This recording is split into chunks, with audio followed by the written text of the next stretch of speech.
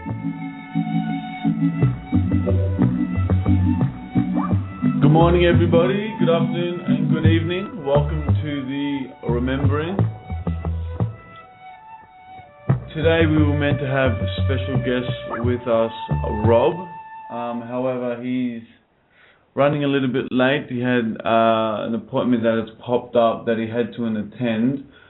So we're waiting to see if he's going to pop to the studio. But at the moment we have Rob Fletcher on the line. He's on the show every now and then. He's a good friend of mine, and he has a great success story with the OP, the One Peoples, which were called the One Peoples Public Trust. But to start off with, Rob, are you there? Yeah, good morning, Emilio. How you doing? Not bad yourself? Yeah, pretty good, mate. Pretty good. Pretty pumped. Yeah, well, we'll see if Bob can join us, but for the first half, it's really good what you were sharing with me prior to the show, and if you'd like to elaborate and start from the beginning of the success story that you had in Caroline and Brian was in court. Yeah, well, I'll try and keep it short because it's quite a long story, but... No worries. Well, okay. The first incident was that Brandon had a few fines for driving without licenses and all sorts of things, and so they arrested him and took him into custody and got him out on bail. But because he's got some intellectual disadvantages, he was under duress. They told him that he had to sign the bail sheet, but he didn't know what was written on the bail sheet. He couldn't read it because he's dyslexic, right? Yep. So what happened was they told him that if he didn't sign it, then he would go to prison, basically. Yeah. So anyway, he thought, oh my God, I don't want to go to prison, so he signed it. And on the charge sheet, I've got it in front of me here. It's an undertaking of bail. So anyway, Caroline and Brian came to me and they come over and they told me the story of what was going on. Mm-hmm. So and they wanted to use the courtesy notices that the OP had done. Okay, so I went through and I filled out the courtesy notices for them and told them how they worked and what they had to do to give it to them. But they weren't quite sure, so they asked me to go down to the court and hand it in to the registrar. Uh-huh.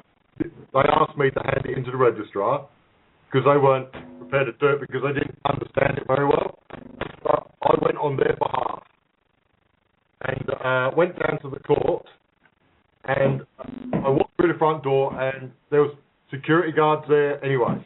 So I wasn't prepared to go through their system and go through the metal detector, get them to search me and all that, because I wasn't actually going to court as such. Yeah. Just wanted to go and hand a notice to the registrar. Yeah. So I kicked up such a fuss, I got one of the policemen, the resident policeman, to come in and take it off me to give it to the registrar. So that's what happened, and I left it at that. Oh, yeah. So another time it happened again. They went and it turned out that they were harassing Brandon. Brandon is Caroline's son. Okay, yeah, and Brian, yep. Yeah, so they were harassing Brandon, right? Yeah. So what I did then, I said, now you need to give them another courtesy notice to remind them of their obligations. Uh-huh. Because in a way they're not obligated to look at the courtesy notice and do what it says, but they're obliged to read it at least. So what happened was that they gave them another courtesy notice, but this time they handed it to the judge when they went to court for the second time. And the judge said, oh, this has no validity, I don't need to see this, or whatever. And he wasn't going to admit it in the court. So what happened then was, they said, okay, Carolina asked him the questions, in what standing do you sit in that chair? What gives you the authority to hear this case? And the judge turns around and goes, well, that's a good question. I'll have to he said, I'll have to forward the case to another date. Yeah, they palm it off. They palm it off onto another judge, Yeah. is what they like to do. Exactly right. And Caroline had turned around and said, no, you'll cease and desist in your case and case dismissed. So she walked out the court, literally walked out. Bloody hell. Judge was sort of walked out the court, he abandoned the court, okay? Yeah. So that in the mind is like, okay, fine, court case over. So they walked out.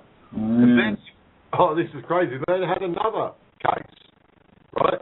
Because they still went ahead, after the courtesy notice was issued, they still went ahead with the next case. Mm-hmm. So I said to them, okay, this is the final courtesy notice you give them, because you are now, this is by proxy saying that you are now going to enforce what you're saying you're going to do.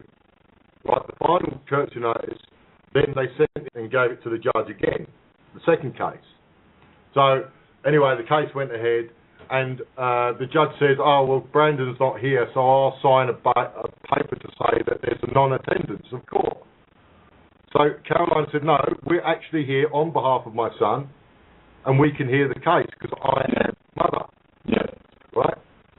So anyway, they went along with the case and blah, blah, blah, it happened and it left again. So I said, and they got another letter saying that the courtesy notice that they got had no legal standing, which obviously they didn't go in and find out that what they were saying was actually false, because they do. Yeah. Unrebutted, so that means it stands as law, okay?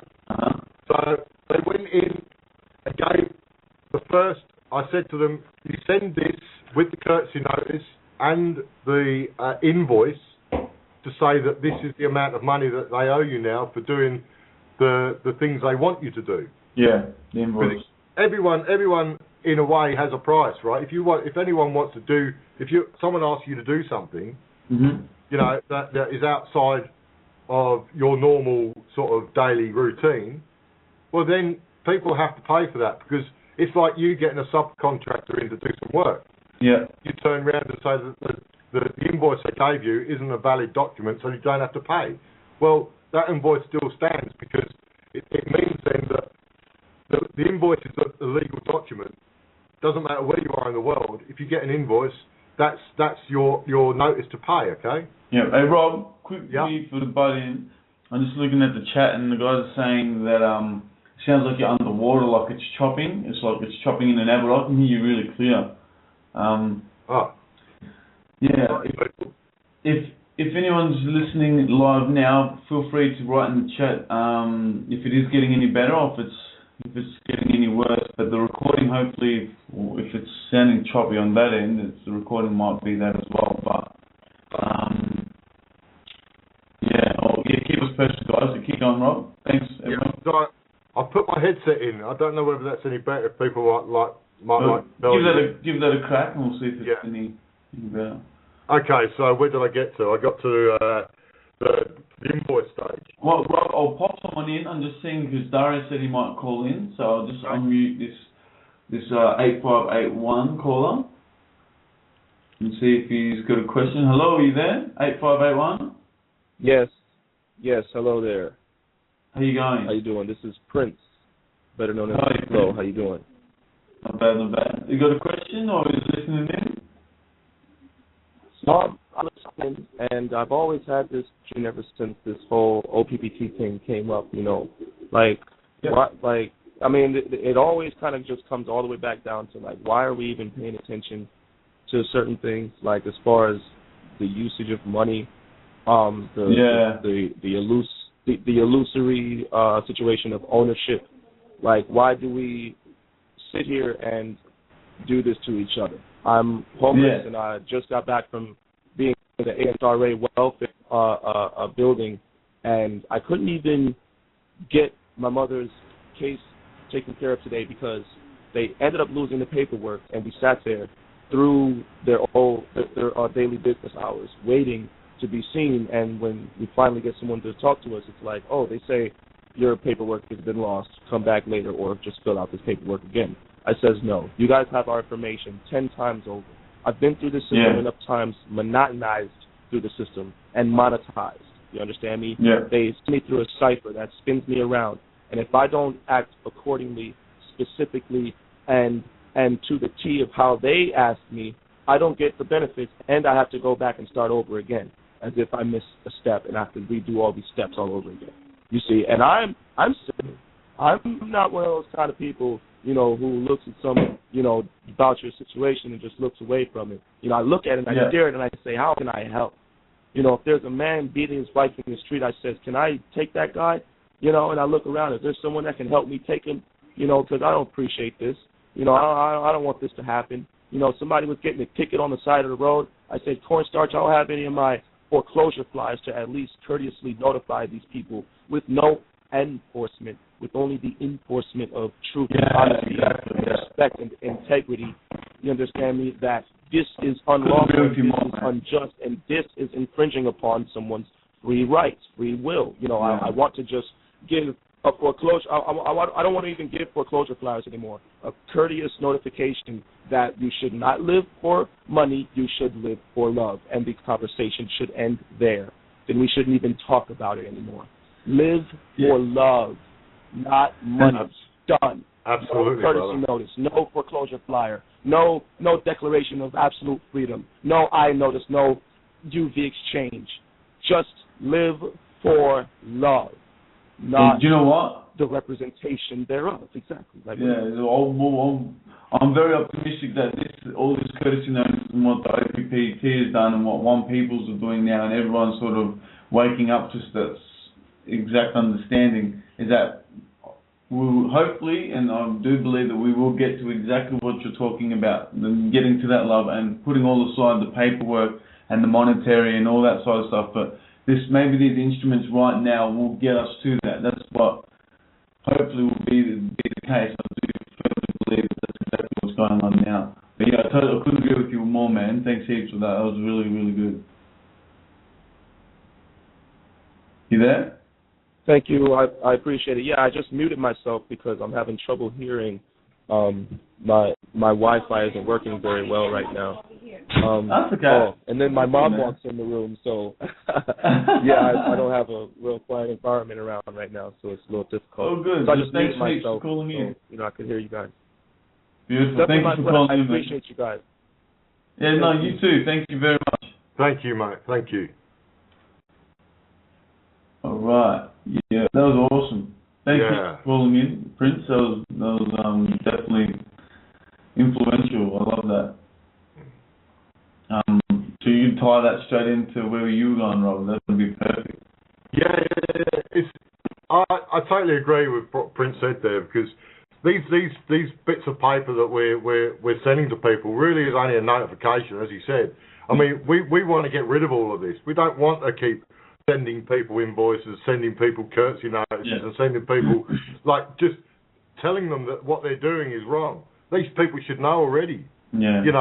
But what we need to do and understand it all is just to follow the steps. Just no one has to really understand that the OPPT is the only way, because I'm not saying that. Yeah. What I'm saying is the people need to stand in their own power. They need to realise that they aren't just people to follow the system. They're people there to challenge the system. You should be empowered by the certain stories you hear around of the successes people have had by doing that. Yeah. It's amazing that you look at Brian and Carolina. They're quite reserved people. They don't want to create a fuss. But when you're getting no remedy from the system that you work inside of, something like this can be a remedy for these people. And whether it means they actually believe in what they do, I'm not too sure if that is actually relevant. What I think is relevant is you understanding who you are, and how you can go along and do this. It's very, very interesting with this certain case, because what we have to realise, I think, in lots of ways, these people are getting railroaded by the system. Because they see that the system looks at them as vulnerable, right? Yeah. So when I'm not saying, please everyone don't think that I've got all the answers. I'm just trying to use what I know and what I've learned from the OPPT, the free man stuff, and all of this. I'm trying to marry all that together Can I ask a question? I'm about to do something. Tell me if you can still hear me as clearly. Because I've got Rob on 1 second. No, of course I can hear you. Is there an echo at all? No. If everyone in the chat room, if they can still hear us clearly, let us know. That'll be perfect. Yeah. While we're just quickly moving some stuff around. You still hear us quite clearly? Yeah. Beautiful. Yeah, continue, sorry. We've got, keep going, we've got Bob with us. So we'll bring him in, but keep going, explaining what you were just talking about. Okay, yeah. Well, I'll just say it very quickly. But, I'll just say at this point very quickly. It's very, very interesting how certain things work in the system. We all think that things work a certain way, but when you actually do this course of action, you find out that things don't actually work the way you think. So, I mean, you can stand in a court of law and argue the law all you like, but what we have to realise is that you only act on a presumption. They presume that you're guilty until you prove yourself innocent. Mm-hmm. Well, we look at that, and that's the law upside down. Yeah. What happened to innocent before proven guilty? So what I was saying about, I'll go back to the story of Brian and Carolina. Yeah. Because we get to the final invoice basically, and this literally happened on Thursday. So anyway, they go into court and they ask the registrar, "Can I have the sheriff's number, the sheriff of the court?" The sheriff of the court in Geelong doesn't actually reside in the court. He has an office outside. So anyway, they phoned the sheriff after we had a conversation. I got this little idea of the Freeman movement and decided to incorporate it in the courtesy notices and everything else. So I told them to phone the sheriff for support or for their peace of mind, basically. So anyway, they phoned the sheriff, and the sheriff turns up at the court, but the security guards of the court would not let the sheriffs in because they had guns and stuff like this. So the sheriff went ahead and said, "Look, you can't say we can't come in because this is our jurisdiction. This is what we're here for." This all happened in Melbourne? Yeah, in Geelong. Oh, in Geelong? Yeah. So anyway, there was a big argument out the front with the sheriffs and the security guards because the security guards they're criminals. They work for a criminal organisation. Yeah. So in this instance, they do because they're protecting the people that aren't giving remedy to the people that are in court. Yeah. Right? So the sheriff said, "Oh, what's your name, and all this." And Brian sort of alluded to the fact that they started having an argument, like a fight, a verbal fight. So in the midst of all of this, Carolina's sitting on the phone waiting to hear a response from the sheriff's office when the sheriff just turned up the court. So the sheriffs that turned up the court weren't a byproduct of the phone call, but they were waiting for an answer from the sheriff's office. But it just so happens that two sheriffs turned up. Anyway, so the registrar could hear about this. And bearing in mind, they didn't actually end up going into court because of the kerfuffle that was going on outside. So the registrar came out to Carolina and Brian, and he said, "I'm not paying these invoices."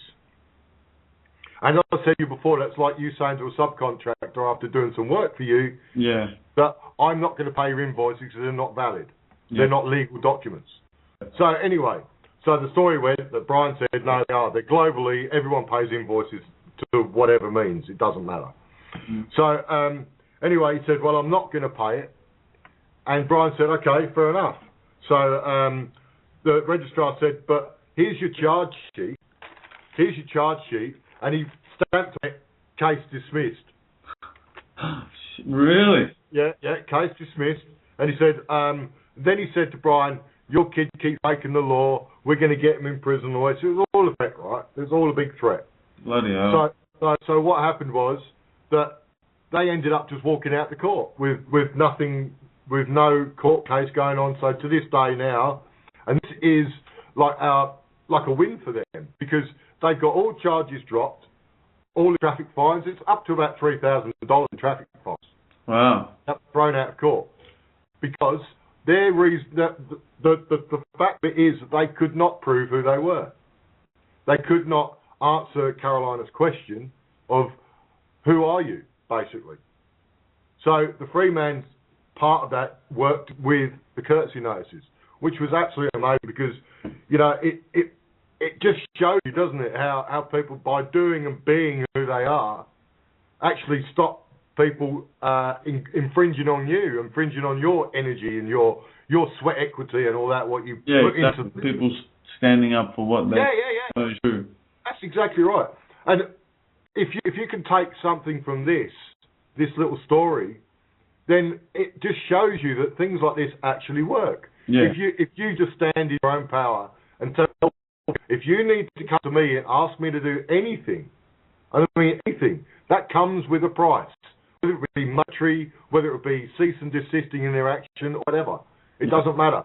You're not looking for the money, but you're looking for a remedy. Yeah. This is what I think the OPPT or the OP now is all about. Is about finding remedies for people that can actually just get on and do what they want in their lives. And Carolina and Brian phoned me up and said, "Oh, thanks," but I wasn't looking for thanks. I was trying to help. Yeah, exactly. And that's all I want to do. You know, and people get paid to do this sort of stuff. I don't want that. I want to be able to say to people, you can do this. Yeah. You can do it yourself. You just need a little helping hand along the way. I think spreading the awareness that everyone's capable of learning, just even from the basics, but everyone needs to learn to that point where they've got to know how to conduct themselves when they go into court. But just the initial things that teach everyone that they can actually have the power to go in there and ask questions and stand the ground, especially when they're standing in truth. Exactly right, you know, and that is the power of it all. Mm-hmm. If you stand in absolute truth and absolute sincerity and tell the people you're dealing with, okay, I accept what you're saying, but you need to then accept the consequence of your actions towards me. Yeah. You know, and it's all about the personal liability. It worked perfectly because they actually shifted the liability onto the judge. Yeah. And the judge then, by his actions, said, I'm not prepared to take that liability and I'm not prepared for you to act in the way you are towards me. So what else does he have to do? Yeah. What else can he do? Yeah. Apart from stop what he's doing towards you. And it was just an amazing story. I just think this is a testament to the whole OP stuff. It works. It does. When you really put it into practice and really lose the fear of the system that's trying to control you, then nothing can stop you, nothing can touch you, because you are then being absolute. You are being that truth. Yeah. You're being that sincere person that you always wanted to be. You're not saying that you want to hurt someone by financially hurt them. Yeah. But you're saying that if you don't stop doing what you're doing, you know, you're going to force my hand into something I don't want to do. You know, and this is what they're trying to do by forcing you to pay this, forcing you to pay that.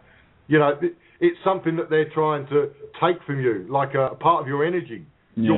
You're wasting your energy going to a system that is broken in a way. Yeah.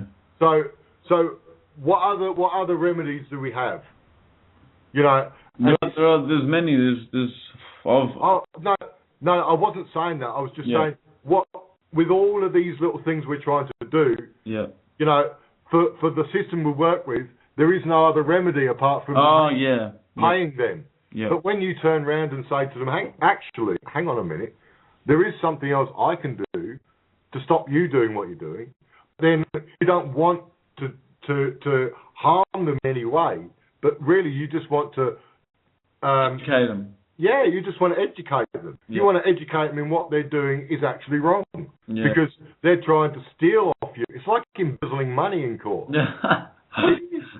Oh, well, that's happening all over the place, especially in the government area. Yeah. And what do people say? Oh, well, it's the court, or it's the law, or it's the authority that I have to follow. Who says? Who says that's what you have to do? Oh, all the laws are coming coming loose, I think. Yeah, man. See it all around. If anyone has any similar stories, it'd be great for you to share in the chat, or feel free to post to me on my Facebook, which I think I have on the remembering link, but it's Living Man, one word, and With a Soul is second word. But Rob, I'm thinking we'll take a right-hand turn because we have Bob here with us in the studio. Yeah, no worries, Emilio. But beautiful. That's really inspiring. Actually, I'm going to put some of these things to another chap that I know who's doing similar things. So that's great. Thanks heaps. Thanks, mate. Definitely stay on, and any questions, fire away. I certainly will, brother. Thank you very much. No worries. But okay, everyone, we're going to take a little slight turn here. We have Bob with us. He's a good friend of mine. From where are you from, Bob? Geelong, I guess. From Geelong. Just say hello, Bob. Hello, mate. How you going, brother? Pretty good. Good. Good to see you, mate. Yeah, thanks. I'll just mute myself and I'll let you go. See ya. Yeah, no worries. Thanks, Rob. Bye, mate. Bye. Got Rob and Bob.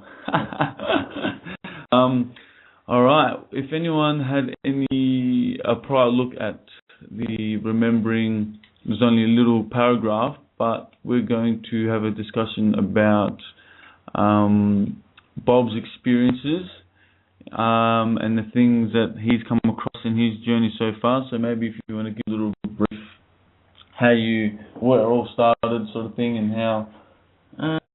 Yeah.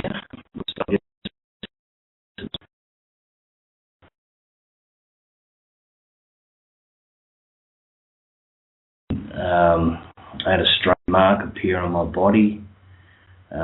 Further on, I had a sighting, which was to me like a metallic saucer above me, followed me for a couple of Ks. There was 3 other witnesses.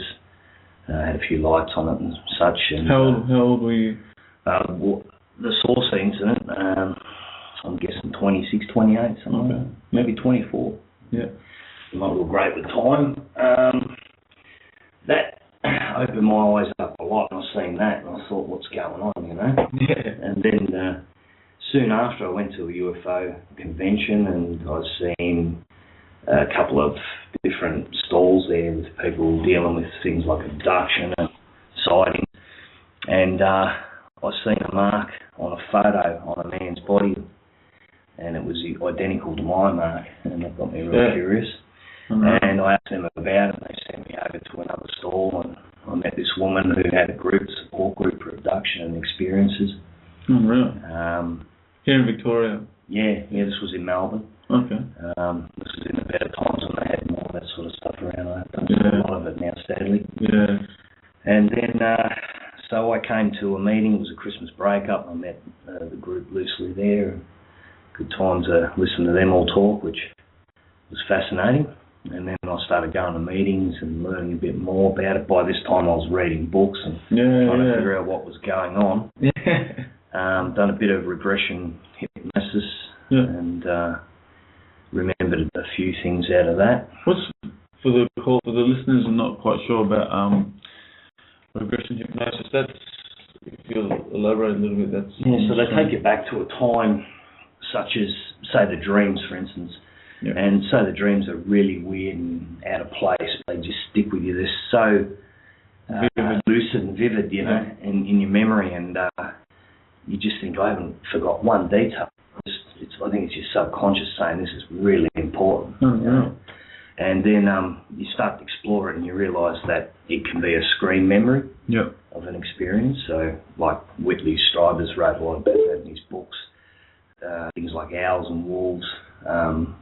Replacing the actual ET's faces and such. Really? Yeah. Mm-hmm. And then, in my case, I had some with spiders. Right. Yeah. Actually, no, I have come across that before. Yeah.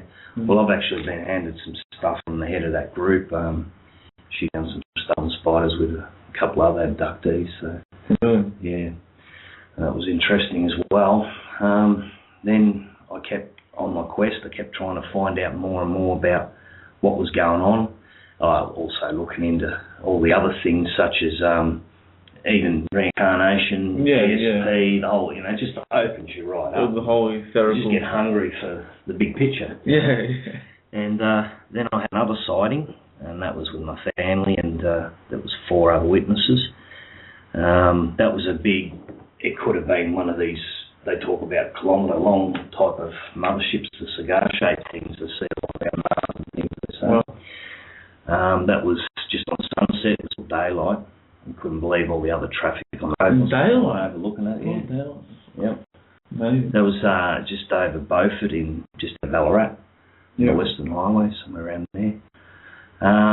Then I started getting more marks on me. And you go through times in your life where, it goes quiet and there's nothing for even several years. Yeah. And then all of a sudden there's this flurry of events, so you ebb and flow with it all. And so were the dreams sort of, when you were noticing the marks and that sort of thing, were the dreams sort of parallel coming the next day, or they come a few weeks after, or you just find them? Well, the dreams, there wasn't, when you get into them, like with hypnosis, you start to realise it sort of fits into the big picture and it makes more sense. Like, there came a point in my life where I thought, I'll stop fighting this, I'll stop trying to make sense of it in a left brain way and just trying to analyse everything and just feel it. And explain it away like science often does, mainstream science, Yeah. And so I flipped it around and had a look at it from the other perspective, is what if this is real? Yeah.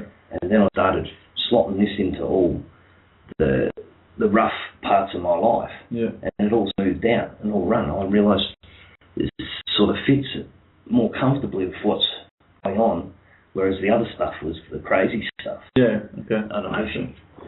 No, that's what I'm saying. But, and then, so for a fair while, I was flipping in and out of that sort of logic, flipping it around, looking at, that's more comfortable, going with that for a while, and then I'd go back to the comfort zone, which is what we're conditioned to be in through school and society and whatnot. Yeah. And then it'd get harder, and so you'd start fighting it for a while until it got too much, and then you'd flip it around, look at the other way again, and then it'd start making sense again, and you just go up and down like that for a fair while. Yeah. I guess that's why a lot of people use the words abduction support, like support groups and things like that. Yeah. And then, let me think, the marks started appearing. These marks were different. These were holes in me, they were scoop marks, the standard stuff you see floating around books and on the net. Yeah. Even one stage there took a mark out of me, and I'd had a tattoo put on, and they took the ink, which was really weird, Like, they don't even seem to go, we'll go a little bit this way so we'll miss the tattoo. They just bang straight in. It's strange. And, it's not common for a bit of ink off the tattoo to just sort of... Unless you get laser or something. Yeah, it was just one point, there was a big tattoo and there was just a bit of ink missing from one point, so you can see it easy that way as well. Unreal. It's a handy little marker so I can direct someone's eyes straight to the point. Because I can say, look at that part of the tattoo and you'll see the mark. Yeah. Then where did I go?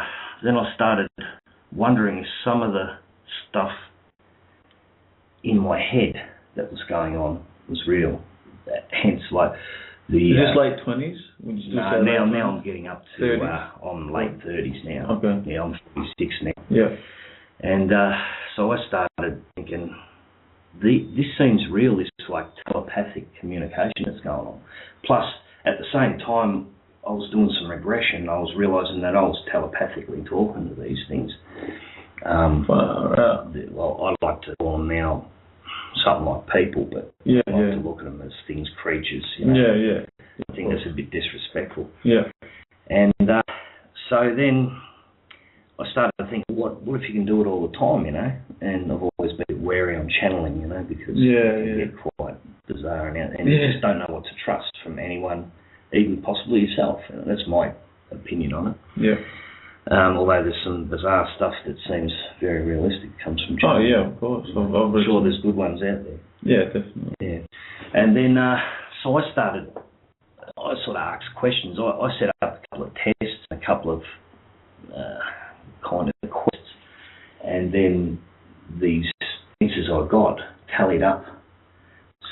there was a time where I met someone on board a craft, and then I asked them to connect me up with them, and then everything seemed to flow in a synchronicity. Yeah. Well, if you can go back and explain from how that happened, sort of thing, when you did sort of get taken. So where are we at now? From what you're saying, how we got the taken. telepathic times on board the craft. Okay, yeah. Do you want to go back to that? Yeah. No, I was lost. I thought it was actually the physical, but you're still talking about the telepathic. Sorry. Yeah, just go again. What do you want to? Yeah, continue with the telepathic. How you were. Yeah. Well, through regression once, it made a lot of sense that there was that actual mark on my back.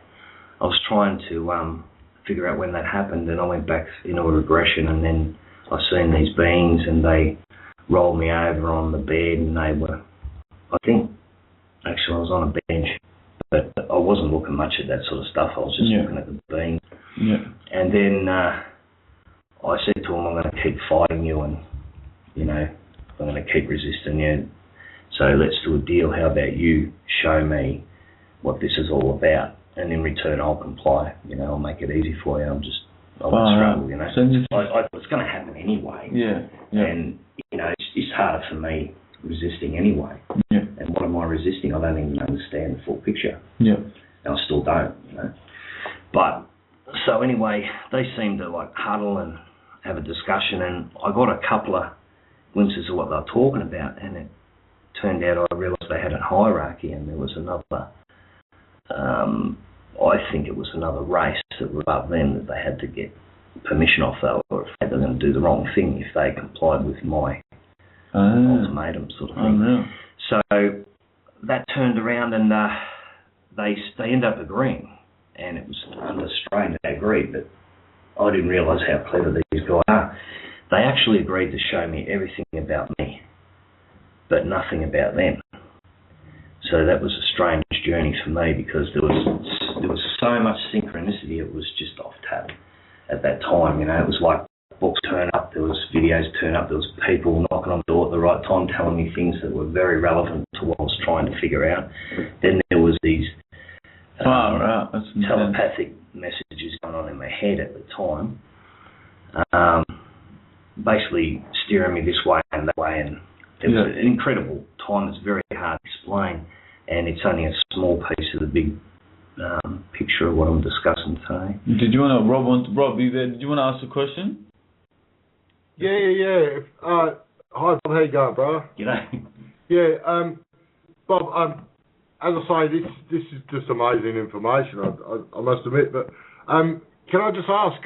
Was there any physical sort of whilst you were awake? I mean, were you saying that this is mostly in dreams that you saw this, or was it actually a physical sort of interaction with these guys? That's yeah, I've had a lot of memories the next day, but while I've been asleep, so actually seeing them with my own eyes, no, I don't think so. Only craft lights. There's been so many lights in the sky I've seen that have done 90 degrees turns and all sorts of weird stuff going on. I've actually seen a firefight, which I'm certain of what I was looking at, as much as you can, but you don't know about the military aspect of the Earth. Yeah. I've seen them shoot rays which I believe were from the Earth or from something like Star Wars, the satellites just outside the Earth, at what looked like stars, but then they've just gone smaller and smaller really quick. And at first they've moved, say, to the left just a bit to evade the shot, and then they've just fired off out into space, these stars, Yeah. Well, that's amazing stuff. Yeah. That's great. Yeah. I don't know whether, Bob, one more thing. Yeah. I've done a bit of research, and I'm quite open-minded about all this sort of stuff, but I admit, I've got to say that I haven't had any experiences myself, but I came across a guy called Phil Schneider. I don't know whether you've heard of Phil Schneider. Yeah. Incredible story, that. Yeah. Especially how he died, yeah. Yeah, I don't know whether you know the story. He said that back in the 70s, over in Area 51 and S7, S9, all these places, that he said, I'm not sure if, you know, as I say, I'm quite open-minded, but, you know, in this day and age, we all need sort of, people just need proof. I don't need proof, I just need clarification. Yep. And what it was, he said that there was a war between us and these beings underground. I'm not sure whether you're familiar with that story or not. I don't know. Yeah, he was, if I remember rightly, he was an engineer and he was doing tunnels, and they broke through into a tunnel system that was full of greys. Somewhere around Dusty, maybe? Yeah, Dusty. Yeah. Firefight. And he got hit by a ray in the chest, and it burned his chest, and he had to have a plastic plate or something under his chest, under his skin. And also saw his hand. He said he got some beam light hit his hand. Yep. Just melted all his fingers off. Yeah, that's right. So and it's amazing though. You know, you can't really deny the fact that these beings are around because there's so much evidence. Yeah. There's so much evidence. So many people and what a lot of people I think move away from this sort of stuff is because they say, oh, everyone's got together and come up with the same story, but that's actually not true because you can hear all different stories and different experiences that people have had. You know, and so I could not sit here and say, oh, well, you're talking rubbish because I have nothing to say that this is something like that. You can't say that. And I do believe, and I'm very open-minded to believe that there are different beings out there definitely interacting with us. I know. Yep. But my experience, as I say, hasn't quite come to fruition yet. And I'm just so amazed at stories that you're saying now because this sort of clarifies it for me in a lot of ways. So, yeah, it's amazing information, bro. Yeah. It's very sobering. Once you join a support group, as they call them, you start hearing newcomers, especially once you get, 10 years behind you sort of thing, and you're really starting to get a better picture of everything. And you see these fresh people come through, and they're still going through the initial trauma of, I'll say, an awakening of it all. And they start to discuss, it's not so much the facts, it's their emotions, it's the state they're going through at the time, particularly with things like seeing their children involved or just, the children are in the scene but still asleep or something like that, and the fear for their children. These sort of things make it more real, especially you can relate because you've gone through similar things, and the fear and the emotions, all that sort of stuff. It gives it more depth. I found also through another chap as well, we said that they do seem to keep it within the bloodline. Yeah. Within the same family, if they were to choose whomever for the specific experience or tests or whichever way it sort of happens. Yeah. I don't know what's going on there.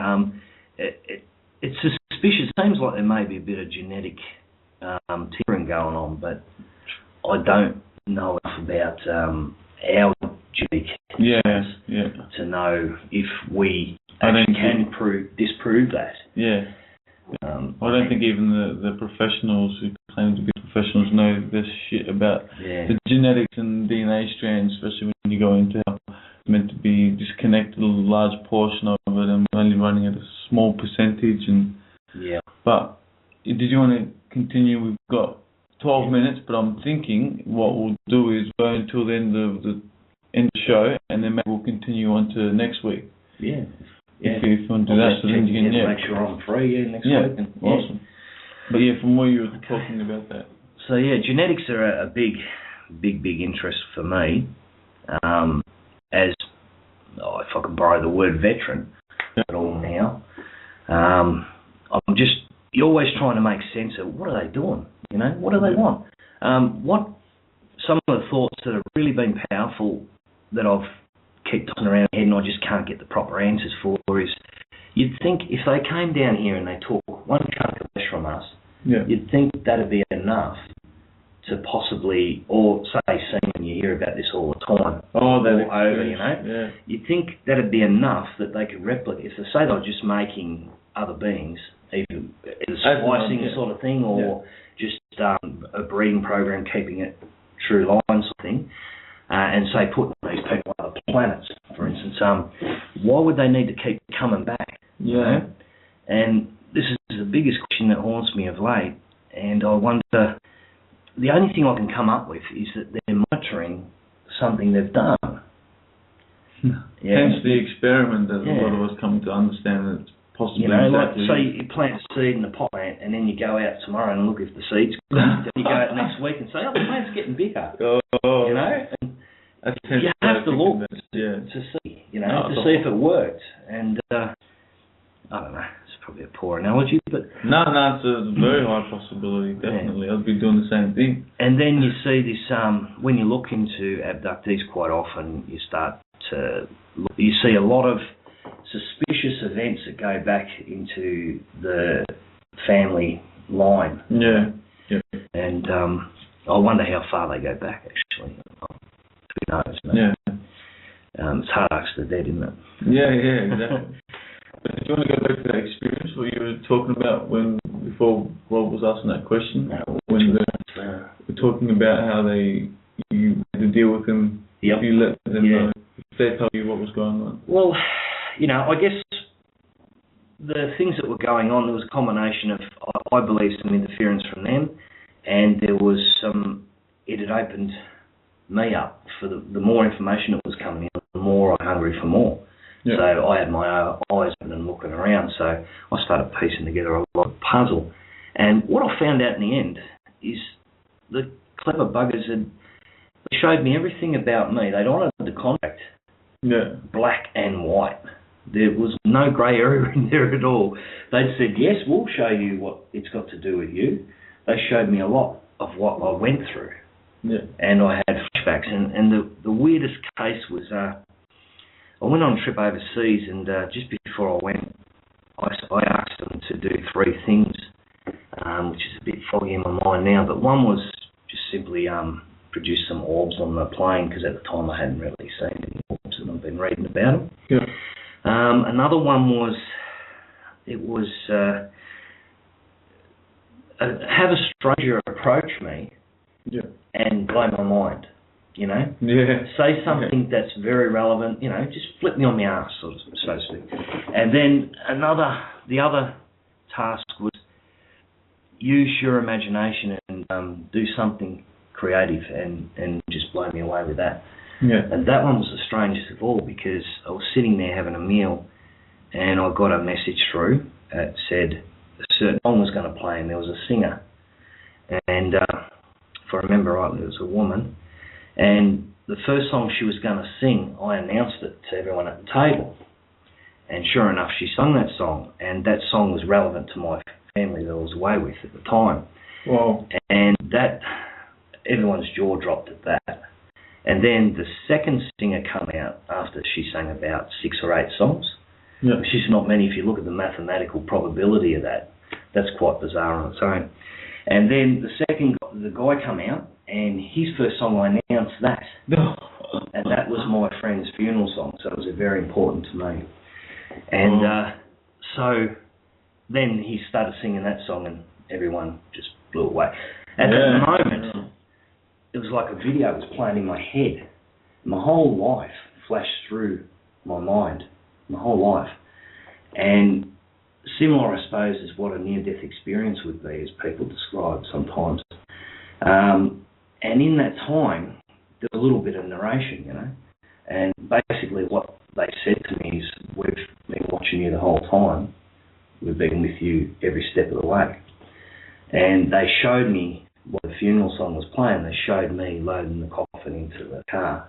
And at that time, I had a big emotional, reaction to that. Yeah. Not so much at why this was going on, but in the past when it actually happened. Yeah. And so that was a powerful experience for me. And the things I've seen in this flash, it brought back so many memories from my childhood, and so many what I would have thought normally as irrelevant memories were very relevant now, because it was all part of the big picture for me. Sure. So, and it was going that fast that I guess I didn't even download it all consciously. It was unconscious. Oh, it would have been a lot to take in. So that was a weird experience for sure. Yeah, definitely. Yeah. I think, I don't know where I picked it up from, but the full-blown experience that subconscious mind has, the conscious mind doesn't really ever get that full intensity of it because it can't handle it, so it sort of suppresses a lot of it because it's too much to handle. Yeah. I guess it's something like the conscious mind's like the RAM and the subconscious is the hard drive or something like that, and that slowly processes things which bubble up to the surface I've found in time, and you can deal with them, you know. If it's too hard to deal with, if it's too traumatic or something, it just gets pushed into the subconscious, unconscious, as they say. Yeah. So that was in the 30s. That would have been late 30s, yeah, maybe 38, something like that. Yeah. Well, do you want to go into something after that while we've got 5 minutes left, or did you want to... Well, yeah, lately, I suppose if you push forward to the latest experiences I've had, they've just been the stars moving, you know, weird angles in the sky and whatnot. Yeah. What I done was I stood out there one night and I said, I can't even remember the words exactly, but it was something to the effects of show me a sign, you know? Yeah. And then this star moved and it sort of moved in a funny pattern. And we looked it up and it was actually a star constellation. And it was one of the Lupus system. Yeah, I've heard of Lupus. Part of, I can't recall the bigger system that it comes from. Orion or... wouldn't be Palladius. No, I can't recall now. No. Sirius. Sirius. Yeah, I think it was Sirius. Okay. Yeah, I threw it out, and then we went looking, and a friend of mine had a star chart. Yeah. And it kind of blew me away. Same time, about 10 minutes later, I thought it might have been Venus. It was just a huge glowing star in the sky. Yeah. And it just started moving up fairly fast. And slightly to the left, it kept angling to the left and moving up. And then it moved up in the sky about, I guess it's, if you held a 30 centimetre ruler up at arm's length in front of you, it'd be probably twice that length. Yeah, it moved up in the sky and then just stopped. And I had someone with me at the time, and they seen it too. And then what happened after that? Then I thought that was funny, so I thought, all right, I seem to be in communication. And then I said to him, you have a responsibility with, when you're meddling with me, it's cause and effect. And to some degree, there's a responsibility that goes with that. Yeah. And I said, you know, I've been through a lot of trauma, especially when I was younger, dealing with all this stuff. And I said, it'd be nice to do something for me. And I said, how about an act of goodwill? And I said, I've got a damaged disc in my back. Yeah. And I said, how about you fix that? And then the next day, probably 2 days later, after I said that, I noticed a bit of tenderness feeling in my back, and I put my finger where it was, and I realised it's right on that damaged area. Yeah. And then I pushed my finger right in my back and realised there was a big hole under the skin. And I pushed it in so deep, it felt like it went in a good 10 mil. And I thought... And whereabouts in the middle of... Yeah, on the spine. Yep. Sharp. Yeah. On the bottom near the tailbone there, around that area. And so I had a friend who was a nurse, and I asked her, I said, push your finger in there, and she went, wow. And I said, do you think that could be keyhole surgery or something like that? And she said, yeah, I guess so. Like, you know, nurses do a lot of different jobs, so it didn't mean she was an expert with that sort of thing. Yeah, yeah. And that was probably the weirdest experience I've had of late. Yeah. For sure. I'll pull this caller in quickly and see if he's listening or if he's got a quick question. We've got about 2 minutes. But hello, caller 9280, are you there? Hello? Area code 340? He might be listening in, maybe. Let us know if you can hear, but it's Yeah, no, even with myself and my own experiences, I can't count my fingers now. The amount of things that I have seen in the sky, like I remember being in Meredith. Yeah.